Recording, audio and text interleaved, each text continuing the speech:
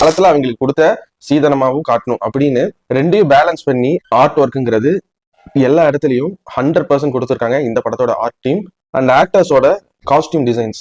இது ஊர் நாட்டுல நடக்கிற கதைங்கிறங்காட்டி இப்போ நம்ம ஊர்ல போட்டிருக்கிற மாதிரி ஜென்ரலான காஸ்டியூம்ஸ் எல்லாம் போட்டா இப்ப இருக்கிற கிராமத்துல எல்லாம் அந்த மாதிரி எல்லாம் போட்டும் வரவங்களும் இருக்காங்க. பட் ஒரு சினிமேட்டிக் ஃபார்மேட்ல காட்டும் போது அந்த ஒரு எமோஷனுங்கிறது கொஞ்சம் மிஸ் ஆயிரும். அதனால அந்த ஊர் சார்ந்து மண் சார்ந்து இருக்கிற சில காஸ்டியூம்ஸை ஒரு சில இடங்கள்ல கொஞ்சம் மற்ற படங்களை விட வேற மாதிரி ட்ரை பண்ணி காட்டியிருக்காங்க. அது பாக்குறதுக்கும் நல்லா இருக்கு, கதைக்கும் அது ஒரு முக்கியமான ஒரு விஷயமா இருக்கு.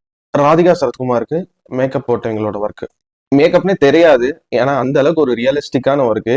ராதிகான்னு யாருன்னே ஆஃப் ஸ்கிரீன்ல தெரியாதவங்க கூட இந்த படத்தை பார்த்துட்டு நேர்ல ராதிகாவை பார்த்தா நீங்க பவுனுத்தாயும் ராதிகாவும் ஒன்றும் இல்லை, ரெண்டும் வேற வேற கேரக்டர் ரியல் லைஃப்ல, அது வேற யாரோ ஆக்டர் பண்ணியிருக்காங்க அப்படின்னு தான் நினைப்பாங்க. அந்த அளவுக்கு ஒரு ரியலிஸ்டிக்கான ஒரு மேக்கப் ஒர்க்கை வந்து கொடுத்துருக்காங்க பவுனுத்தாய் கேரக்டருக்கு. இந்த படத்தோட நெகட்டிவ்ஸ், இந்த படம்